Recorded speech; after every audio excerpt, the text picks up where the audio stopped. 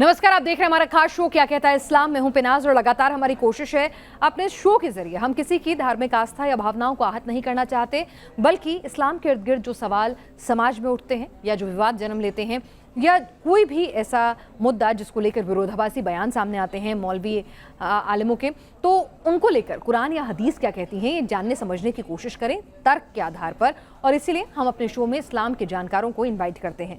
फिर भी हम आपसे गुजारिश करते हैं कि आप खुद भी इनकी कही हुई बातों को सत्यता की कसौटी पर परखें। आप खुद कुरान हदीस को पढ़ें, जानें और अपने स्तर पर भी इस्लाम के स्कॉलर से जानकारी लेकर ही अपनी राय बनाएं। और आज जिस मुद्दे पर मैं बात करने जा रही हूँ, मुद्दा ये है कि कई बार हमने ऐसे बयान सुने हैं, कई बार इस तरह की बातें सामने आती हैं कि या तो मुसलमान बनो नहीं तो जहन्नुम में जाओ। यानी कि अगर आप मुसलमान नहीं हैं तो कुरान और हदीसों के मुताबिक आपका नरक में जाना, जहन्नुम में जाना ये तय है, चाहे आप कितने भी अच्छे इंसान क्यों ना हो। क्या वाकई में कुरान हदीस ऐसा कहती हैं कि दुनिया में दो तरह के लोग हैं, एक मुसलमान और बाकी दूसरी दुनिया, और जो दूसरी दुनिया है वो नरक में जाएगी, जहन्नुम में जाएगी? इसी सवाल का जवाब तलाशने की हम कोशिश करेंगे। हमारे साथ दो खास मेहमान हैं। हमारे साथ एक्स मुस्लिम समीर हैं और मौलाना अशरफ जिलानी साहब इस वक्त मौजूद हैं, मुस्लिम धर्मगुरु हैं। मौलाना अशरफ जिलानी साहब, मुझे बताइए, क्या कुरान या हदीस में कहीं ऐसा लिखा है कि अगर आप इस्लाम को नहीं मानते हैं तो आपके लिए जहन्नुम की जगह मुकर्रर हुई है? देखिए मैडम, ये इस तरह की बातें बिल्कुल जाहिलाना गुफ्तगू है, जाहिलाना बातें हैं। ऐसा कहीं भी कुरान और हदीस में बिल्कुल नहीं लिखा है। अगर कुरान और हदीस में ऐसा लिखा होता तो कुरान सिर्फ मुसलमानों के लिए ही नाजिल होता। हालांकि कुरान इंसान की हिदायत के लिए नाजिल हुआ, इंसानी हिदायत के लिए नाजिल हुआ, और उस कुरान में साफ साफ मज़हब की भी आज़ादी है। जिस मज़हब में ला इकराह फिद्दीन जैसा जुमला हो कि दीन में कोई ज़बरदस्ती नहीं है, लकुम दीनकुम वलिया दीन जैसी आयत हो, वहाँ पर इस तरह की बातें करना ये सरासर जहालत पर मबनी है। और कैसे ऐसे लोग आ जाते हैं कि जो कुरान और हदीस पर बग़ैर रिसर्च किए इस तरह की गुफ्तगू करते हैं कि अगर आप मुसलमान नहीं हैं तो आपका जहन्नम में जाना। भाई, हिदायत देना अल्लाह के इख्तियार में है। ये बात ठीक है कि मोमिन ही जन्नत में जाएगा, लेकिन इसका मतलब ये नहीं है कि आप जल्दी से इस्लाम कबूल कर लीजिए। दावत देने का हुक्म है। इस्लाम में जबरदस्ती का कोई भी हुक्म नहीं है। ये ठीक है कि लिखा हुआ है दीन में कोई जबरदस्ती, धर्म परिवर्तन जबरदस्ती मत कराओ, ये ठीक है, ये लिखा है। लेकिन आपने कहा कि ये भी ठीक है कि मोमिन ही जन्नत में जाएगा, यानी जन्नत सिर्फ और सिर्फ मुसलमान को ही नसीब होगी, ऐसा लिखा है? बेशक। तो बाकी सबको क्या माफ कीजिएगा, माफ कीजिएगा, मैं मुसलमान नहीं हूं, तशरीह तो पूछ लीजिए, पहले तारीफ तो पूछ लेती है आपकी। मोमिन हो बोलते कि मोमिन का मतलब होता है ईमान वाला, जो सच्चा हो, अल्लाह को अपना ईश्वर मानता हो, अल्लाह ताला को अपना ईश्वर मानता हो और सच्चाई पर आमादा होकर दुनिया में जिंदगी गुजारे, वो ईमान है, वो मोमिन है। अगर मैं अल्लाह ताला की बजाय श्री राम या वाहिगुरु या महावीर जी को मानती हूँ तो क्या मैं एक मिनट सुनिए ना, अगर मैं अल्लाह की बजाय, ठीक है मैं अल्लाह का सम्मान करती हूँ, लेकिन उनकी बजाय मेरी आस्था जो है वो भगवान राम कृष्ण या किसी में भी, या गुरु गोविंद में हो सकती है, किसी में भी हो सकती है, ईसा मसीह में हो सकती है, तो फिर क्या मैं जन्नत में जाने लायक नहीं रह जाऊंगी? क्योंकि मैं अल्लाह का सम्मान करती हूँ पर उन्हें मानती नहीं हूँ, मेरे इष्ट वो नहीं है। मैडम मैं सबसे पहले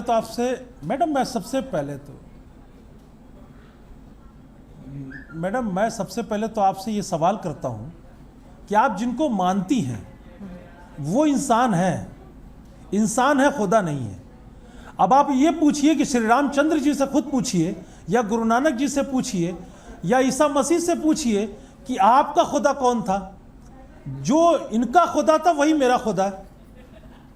मतलब आप ये कह रहे हैं ये सब इंसान हैं और खुदा सबका एक है? मतलब हिंदुओं का खुदा भी, ये भी खुदा को पूछते नहीं, यानी कि हिंदुओं के लिए भी, ईसाइयों के लिए भी, सारी दुनिया के लिए एक ही खुदा है। बेशक आप ईश्वर कहते हैं, मैं खुदा कहता हूं, मैं अल्लाह कहता हूं। तो मैं वही कह रही हूँ ना कि भाई मेरे लिए कहता हूं, वो ईश्वर कहते हैं। मैं वही कह रही हूँ ना, वो ईश्वर कहते हैं। रामचंद्र जी की किताब तो मैंने आपसे वही तो पूछा, मेरे लिए वो विष्णु के अवतार हैं, मेरे लिए विष्णु खुदा है। आप मेरी बात समझ रहे हैं? आप ईश्वर कह रहे हैं ना, आप अल्लाह कहते हैं, खुदा कहते हैं, हमारे लिए ईश्वर ही सर्वोपरि है।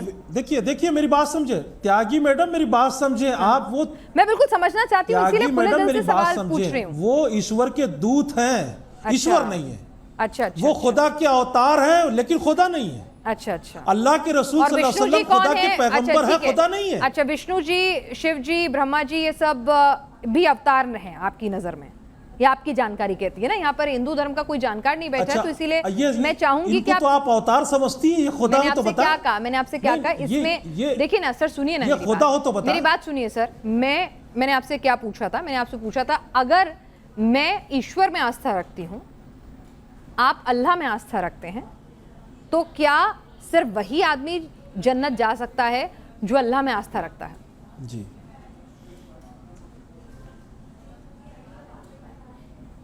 बेशक जो अल्लाह और ईश्वर दोनों पे, मतलब दोनों के अलग अलग, ये अलग अलग नाम है। आप ईश्वर कहती है, मैं अल्लाह कहता हूँ। जो इस पर ईमान रखता है वो जन्नत में जाएगा। मन हिंदुओं को जन्नत नसीब हो सकती है? फदखल अल मैंने जन्नह। क्या पूछा, हिंदुओं को जन्नत नसीब हो सकती है?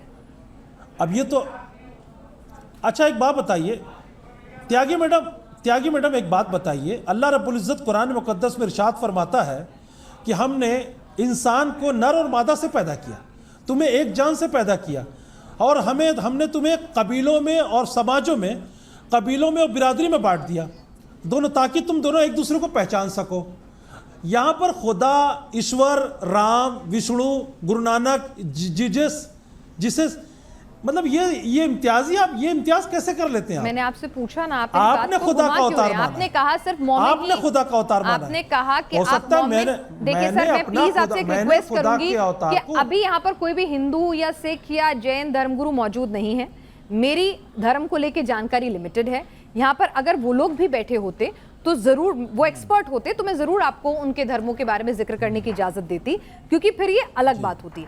मैं इस्लाम के लिहाज से पूछ रही हूँ कि इस्लाम की नजर में, नहीं सर, मेरे शो का नाम क्या कहता है इस्लाम है, क्या कहता है धर्म नहीं है, तो इसीलिए क्या कहता है मजहब होता तो जरूर मैं बैठाती, है ना। आप मेरी पहली बार आए तो इसीलिए आपको शायद मेरे शो का फॉर्मेट नहीं पता है। अब आप सुनिए, आपने खुद कहा सिर्फ मोमिन ही जन्नत में जाएगा। मोमिन जो अल्लाह को मानता है, आपने खुद ये परिभाषा मुझे बताई, मैंने नहीं कहा, ठीक है, यहाँ तक तो मैं सही हूँ। तो मैंने आपसे पूछा क्या हिंदू को जन्नत नसीब हो सकती है? जी जी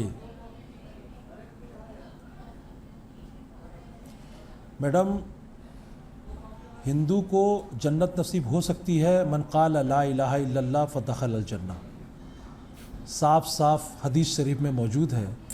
जिसने ला इलाहा इल्लल्लाह पढ़ा उसे जन्नत की बशारत दे दो।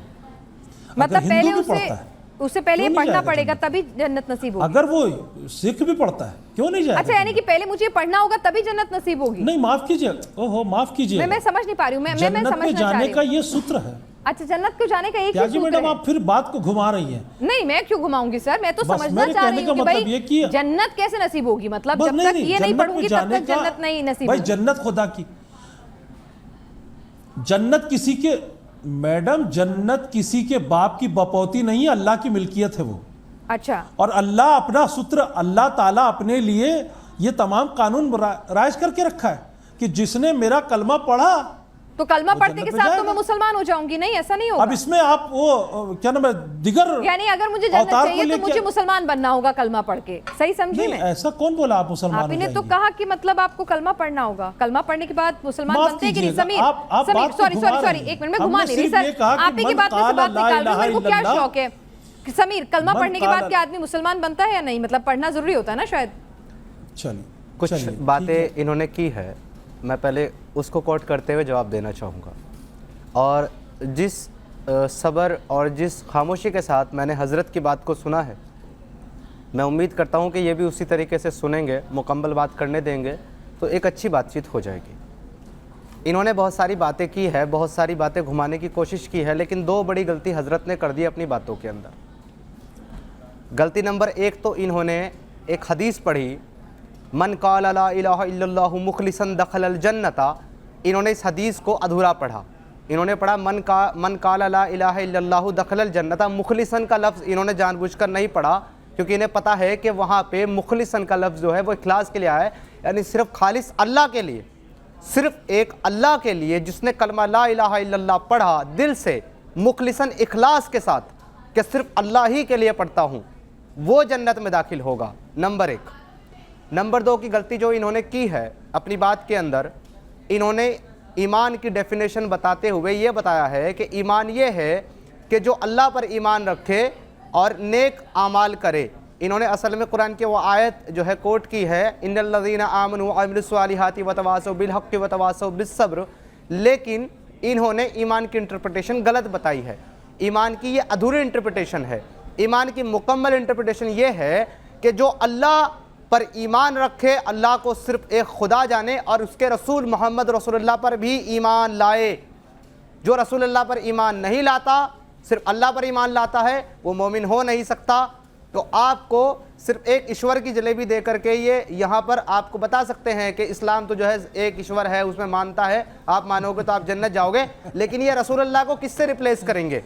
अब ये कहेंगे श्री कलमा राम, पढ़ना जरूरी है, वो अब ये सूत्र पढ़ना कहेंगे श्री जरूरी राम है। भी मैसेंजर नहीं है। नहीं, एक सेकंड समीर, मेरे को एक कंफ्यूजन दर्शकों को भी हो सकता है, मुझे भी हुआ है। इन्होंने कहा कि ये कलमा पढ़ लेंगे तो चाहे वो हिंदू हो, सिख हो, कोई भी धर्म का हो, वो ये कलमा पढ़ लेगा। इन्होंने पढ़ के सुनाया, मेरे को वो आता नहीं है तो मैं तो नहीं पढ़ के सुना सकती, आपने तो सुना होगा, आपको आता भी होगा।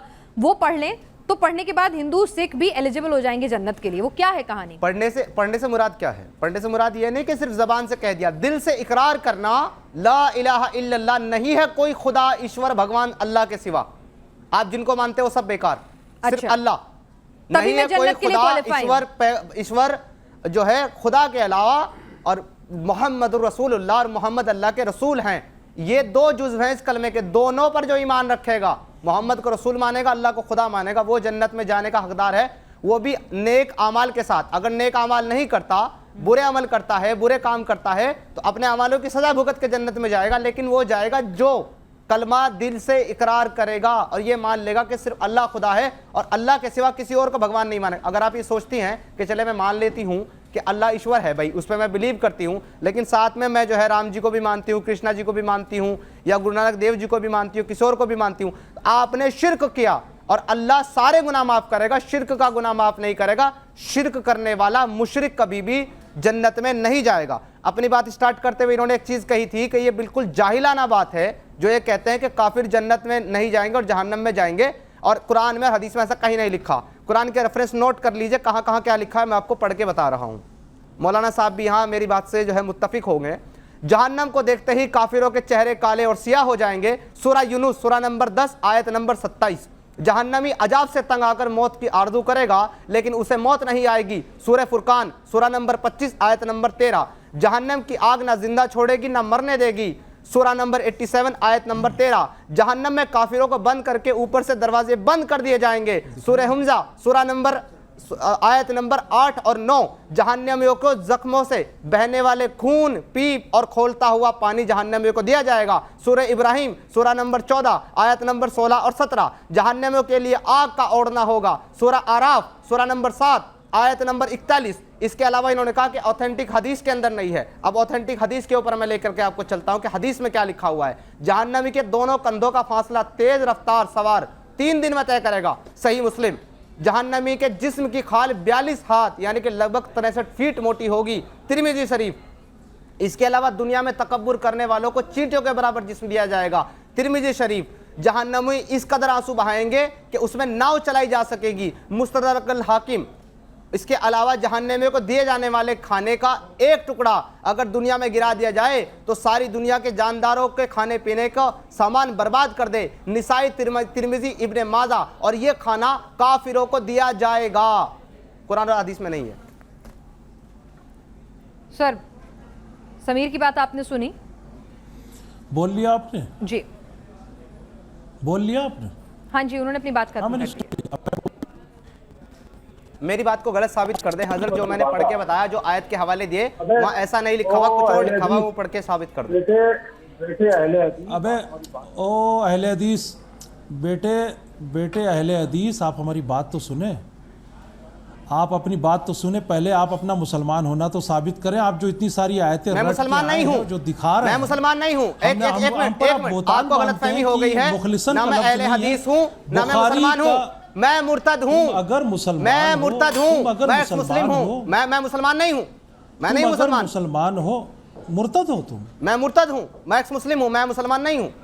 मैंने इस्लाम को पढ़ा और इस्लाम को छोड़ तो दिया, जो मैं मुर्तद मुर्तद हूँ। है उनको आप हमारे साथ बैठाती हैं आप त्यागी मैडम, ऐसे भाई लोगों को देखिए, बैठाती सुनिए हैं जिलानी साहब, सुनिए सुनिए, एक मतलब मिनट आप एक देख मिनट लीजिए सुनिए, जितेंद्र जिलानी त्यागी की सब साहब औलादे हैं, सुन सब लीजिए। ऐसा मालूम होता है। तमीज से एक तो बोलिए, हमारे गेस्ट हैं ये, जितने सम्मानजनक आप हैं उतने ही सम्मानजनक ये भी हैं, ठीक है।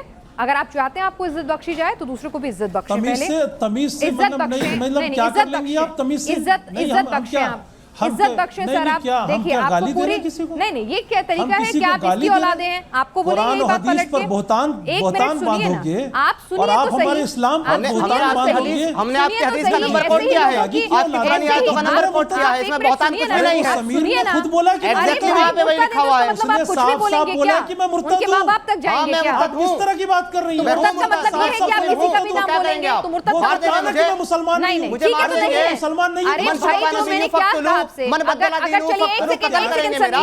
एक सेकंड मेरा कत्ल अरे करेंगे एक आप। सेकंड समीर, एक हो सकता है सेकंड, इनको अरे मुसलमान सुनिए, बना के पेश ठीक किया है बिल्कुल, हो। मैंने हम इन्हें मुसलमान नहीं आपकी समझते। मैंने कहा ये सारी बातें सही। अब सुनिए एक मिनट, सही सारी बातें सही, बिल्कुल सही। ये इस्लाम आपका के मैंने आदमी क्या होगा कहा, मैडम, मैंने हमारा क्या इस्लाम का कहा, आदमी नहीं है। मैंने क्या कहा, आप एक उनको मिनट सुन सेट करके लीजिए, बैठा मैंने रही क्या हैं, ये सुन अलग बात लीजिए, है। मैंने क्या कहा सुन लीजिए एक मिनट। आपको जितने आरोप लगाने आपने गेस्ट लगा है, लिए। गेस्ट है, ये गेस्ट आपने- नहीं है, मैंने ये क्या कहिए कि कहा, आरएसएस के पिट्ठू आपने हैं क्या सब। कहा, आपका जो मन है आपने कह लिया आपने। अब मैं बोलूं, अगर आपको वाकई में लगता है कि समीर या समीर बात जैसे, मेरी पहले सुनिए। अरे मैंने एक मिनट कहा मेरी भी नहीं है। सुनिए, मैंने एक मिनट मेरी भी बात सुनिए, बहुत सुनिए देर से मैं आपकी सुन रही हूँ, एक मिनट सुनिए मेरी। अगर आपको लगता है कि समीर प्रोपेगेंडा फैला रहे हैं, अगर आपको लगता है कि समीर गलत बोल रहे हैं, अगर आपको लगता है समीर इस्लाम को बदनाम कर रहे हैं, अगर आपको लगता है समीर को किसी ने पैसे देकर इस्लाम को बदनाम के लिए यहां बैठाया है, तो आप उन्हें झूठा साबित करें अपने तर्क से, ना कि आप कुछ भी बोले उन्हें। ऑथेंटिक तर्क के रेफरेंस आगे के साथ। दुनिया हारती है। आप उनकी एक एक झूठा- हदीस सुनिए ना, झूठा जो क्या उन्होंने साबित बोला करें उन्हें मैडम? झूठा साबित हमने- कीजिए हमारे ना। सामने किताबें खुली हैं। अरे मैंने कहा तो आप हमारे खोल के सामने कुरान सर खुला हुआ सुनिए है, ना, हमारे सामने अगर आप हदीस खुली हुई है। काले को काला गोरे और को आप गोरा आप साबित मुस्तदरक और कीजिए ना। कुरान की आयतें और ये वो गलत सर, गलत तर्जुमा तो अहले हदीस का गलत तर्जुमा तर्जुमा पेश कर रहे हैं तो आप आपके सामने बताइए ना कुरान कि है, आप सही आप तर्जुमा एक कीजिए। आयत पढ़िए जो ये कहती हो कि काफिर जहन्नम में जाएगा। चले, एक आयत पढ़े। आपके पास ना पूरे कुरान समीर, से एक एक आयत सेकंड, पढ़े जो ये आपके पास कहती हो कि जितेंद्र काफिर त्यागी जैसे जहन्नम भी में जाए, मुसलमान जन्नत में जाएगा। हैं, आपके एक पास आयत समीर जैसे भी मुसलमान जिलानी हैं, साहब, आपके पास शहनाज जैसे भी जिलानी मुसलमान साहब, हैं। जिलानी साहब आपके पास बहुत जानकारी है, आप बहुत ज्यादा जानकारी रखते हैं, आपसे ज्यादा अच्छा मुसलमान कोई ना हो। लेकिन मैं कह रही हूं अगर आपको इतनी नॉलेज है और अगर आपको लगता है समीर इतना गलत बोल रहे हैं तो काउंटर कीजिए ना, तर्क देके उन्हें झूठा साबित कीजिए, ताकि समीर जैसे लोगों की बातों में कोई और ना आए, इस्लाम को बदनाम ना कर पाए। उनकी पोल खोल के रख दीजिए, उनकी पोल खोल कर रख दीजिए। वक्त तो दीजिए। हाँ दीजिए, बिल्कुल खुद आपको बोलने दिया लग मैंने। गई आप। अरे आपने क्योंकि इस तरह की बातें की मुझे आप बीच में आना खुद पड़ेगा। बोलने लग गई, पहले आपने इस बात तरह तो की करने बातें की। दीजिए। हाँ बात पहले कीजिए बात ना, तो करने बात दीजिए। कीजिए उन्होंने इज्जतदार सबसे पहले तो मुझ पर बहुतान बांधा, उन्होंने सबसे पहले मुझ पर बहुतान बांधा कि मुखलिसन का लफ्ज़ है। अल्लाह की इज्जत की कसम, बुखारी शरीफ में या किसी भी हदीस में मुखलिसन का लफ्ज़ वो निकाल के लाए अगर वो मुसलमान है तो।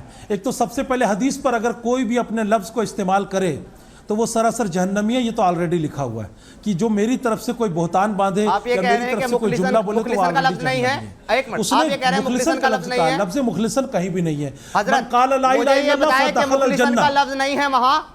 समीर पहले मेरी बात सुनो। समीर जब तुम बोल रहे थे, समीर जब तुम बोल रहे थे, आप बेटे आपने समीर कहा कि मैं जब तुम दिखाऊं, बोल रहे मैं थे दिखाता तब हम हूं। खामोश थे। आपने कहा मैं मेरे दिखाऊं, मैं दिखाता बच्चे हूं। समीर तुम आप खामोश कहें कि रहो, पहले मुखलिसन का मुझे लफ्ज़ नहीं बोलने है दो। वहाँ।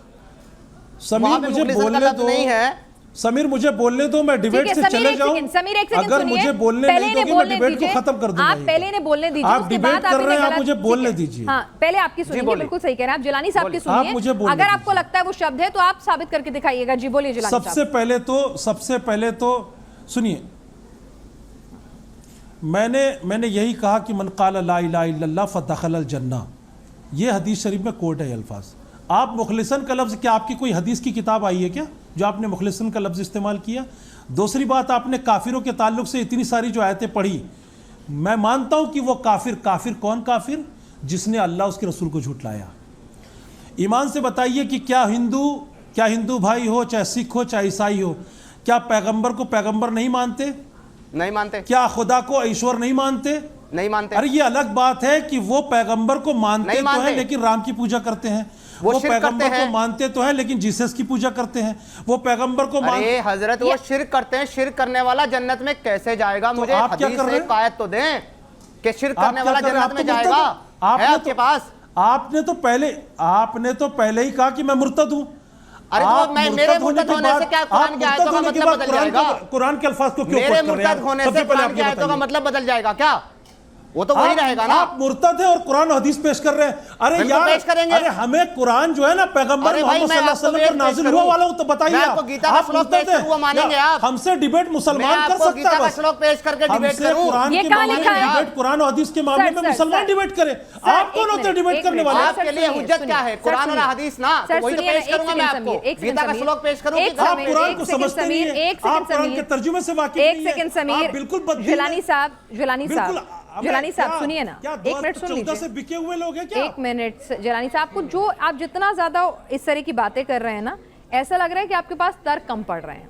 मैं आपसे बहुत पोलाइटली ये कह रही हूँ, अगर मेरी टीम की तरफ से ये गलती हुई है कि उन्हें ये टॉपिक नहीं बताया, उन्होंने आपको सिर्फ एक टॉपिक बताया है, तो आप सुनिए एक मिनट, जितना तहजीब से आप बात कर रहे हैं और आप अपना तरीका जो पेश कर रहे हैं उससे आप खुद बता रहे हैं कि आप क्या हैं। मैं आपसे फिर से बहुत पोलाइटली कह रही हूँ, अगर आपको लगता है कि किसी भी कंफ्यूजन में ये टॉपिक आपको नहीं पता था, आपकी इस टॉपिक पर तैयारी नहीं है और आप तैयारी करना चाहते हैं, तो आप ये डिबेट छोड़ सकते हैं, हमें कोई दिक्कत नहीं है। जब ये डिबेट शुरू हुई थी तभी आप मना कर सकते थे कि पिनाज हमें ये टॉपिक नहीं पता था, मैं इसके लिए तैयार नहीं हूं, मैं डिबेट छोड़ रहा हूं। तब आपने ऑब्जेक्ट क्यों नहीं किया? तब आपने ऑब्जेक्ट क्यों नहीं किया? मेरी बात सुनिए, मैंने आपको शुरुआत में, अरे सुनिए ना, आपको शुरुआत में, सर सुनिए ना, सर एक मिनट सुनिए ना, सर आप सुनिए ना, सर मैं आपसे कोई जंग नहीं लड़ रही हूँ, सर आप मेरी बात सुनिए, मैं आपसे कोई जंग नहीं लड़ रही हूँ। आप हमें बता रही, आप खुद पहले बताती कि मैं हिंदू हूँ, मैं तो ईश्वर को नहीं मानती, मैं तो अल्लाह को नहीं मानती। सर एक मिनट सुनिए, मैंने क्या कहा? सर आप इतने बौखला क्यों रहे हैं? मैंने आपसे क्या कहा? मैडम सर आप इतने बौखला क्यों रहे हैं? आप आराम से सुनिए। सर आप एक मिनट सुनिए तो सही, सर एक मिनट सुनिए, आप हमें प्रेस वालों की शक्ल में आते हैं हमारे पास। सर एक मिनट सुनिए, सर एक मिनट सुनिए, सर सुनिए तो सही, मैं जो हूँ मैं बदल नहीं सकती ना सर। चलिए सर, मैं पत्रकार भी नहीं हूँ, अब आप मेरी बात तो सुन लीजिए। पक्षकार बन रही हैं, अच्छा ठीक है सर, मैं बढ़िया ही कुछ भी, आपकी अरे तहजीब आप बता रही है। लेकिन पक्षकार बन के क्यों आ रही हैं? सर पक्षकार कहाँ बनी, मुझे तो पता ही नहीं है। सर एक मिनट, पूरी दुनिया गलत बैठाती है, पूरी दुनिया गलत, मुसलमानों को आप समीर जैसे त्यागी को बैठाई है सर, आप मेरी त्यागी की औलादों को बैठाती है। मेरी सर मुझे माफी चाहिए, कुरान और मैं हदीस पूरी को कोशिश झुठलाएंगी कर रही हूँ, मैं पूरी कोशिश हिम्मत। कर रही हूँ जिलानी साहब, मैं पूरी कोशिश कर रही हूँ कि आपसे आप संयम में रखते हिम्मत हुए। है कुरान और हदीस को अरे झुठलाएंगी। जिलानी साहब, मेरे में कोई हिम्मत नहीं है, मुझे हिम्मत लानी है। एक सेकंड समीर, एक सेकंड, एक सेकंड समीर, एक सेकंड, एक सेकंड समीर, जिलानी साहब, आप अगर, मैं आपसे बहुत अभी भी प्यार से कह रही हूँ, या तो आप अपनी जबान पर काबू रखिए, नहीं तो आप शो चढ़ के छोड़ के जा सकते हैं। तहजीब के दायरे में बात करेंगे तो आप शो पे रह सकते हैं, नहीं तो आप मुझे कुछ भी आप आरोप लगाए जा रहे हैं, मैं एक लिमिट तक बर्दाश्त करूंगा। हाँ आप बिल्कुल कर रहे हैं। तहजीब किसको कहते हैं आपकी निगाह में? जिलानी आपकी साहब, निगाह में तहजीब किसे कहते हैं? मैं नकाब पहन के बात करूं? जिलानी साहब, मैं आपसे नकाब में बात करूं? मैं तहजीब में बात कर रहा हूं, मैं उर्दू बोल रहा हूं, मैं उर्दू बोल रहा हूं, मैं आपसे उर्दू से बात कर रहा हूं, आप हमें बता रही हैं। जिलानी साहब बस बदल रही हैं आप, सिर्फ टॉपिक बदलिए मत। सुनिए, मैंने अपनी डिबेट आप सिर्फ टॉपिक पे रहिए, आप ये बोलिए कि इस्लाम में गैर मुसलमानों के क्या क्या अधिकार हैं। सुनिए, मैं उस अधिकार को मेरा पहला सवाल क्या था, उसके बाद अगर आपको लगता कि वो टॉपिक गलत है, आपको उस टॉपिक की जानकारी नहीं थी, आपको डिबेट तभी के तभी छोड़ देनी चाहिए थी। आपको डिबेट तभी के तभी छोड़ देनी चाहिए थी। ठीक है, अगर आपको लगता है कि मेरे गेस्ट कोऑर्डिनेशन ने, आपको मेरे गेस्ट कोऑर्डिनेशन ने, सुनिए मैं एंकर भी हूं और मैं हिंदू भी हूं, समझ में आया? इसका मतलब ये नहीं है कि अगर मैं एंकर हूं तो मैं हिंदू नहीं हूं, समझ में आया? मैं हिंदू भी हूं, भारतीय भी हूं और एंकर भी हूं। कुछ जो मना आप कह लीजिए, आप शो छोड़ दीजिए, बहुत हो गया। समीर, क्योंकि जिलानी साहब यहाँ नहीं है और हम नहीं चाहते हैं कि किसी भी तरह का कोई एजेंडा आधारित शो हम आगे बढ़ाएं जिसमें सिर्फ एक ही तरह की बात हो, दूसरे पक्ष का कोई व्यू पॉइंट ना आए, तो इसीलिए हम इस शो को यहीं खत्म करेंगे। क्योंकि यहाँ पर हम बार बार यही कहते हैं कि किसी भी धर्म का अपमान करना हमारा मकसद कतई नहीं है। इस्लाम का हम पूरा सम्मान करते हैं, उस धर्म में पूरी आस्था है, लेकिन कहीं ना कहीं जो सवाल उठते हैं, जो जहन में आते हैं, अगर उनको लेकर कोई गलत प्रोपेगेंडा फैला रहा है, कोई गलत बातें कर रहा है, तो उसको भी सामने लाना। अगर समीर गलत है तो उनकी बातों की सच्चाई लाने का काम जिलानी साहब का था और इसीलिए हमने जिलानी साहब को यहाँ पर बैठाया। लेकिन वो शो में किस तरह की बात कर रहे थे, किस तरह से वो भाषा का प्रयोग कर रहे थे, तो आखिरकार हमारे पास कोई विकल्प नहीं बचा कि शो को खत्म करने का और उन्हें शो से जाने के लिए कहने का। आज के लिए क्या कहता है इस्लाम में, बस इतना ही।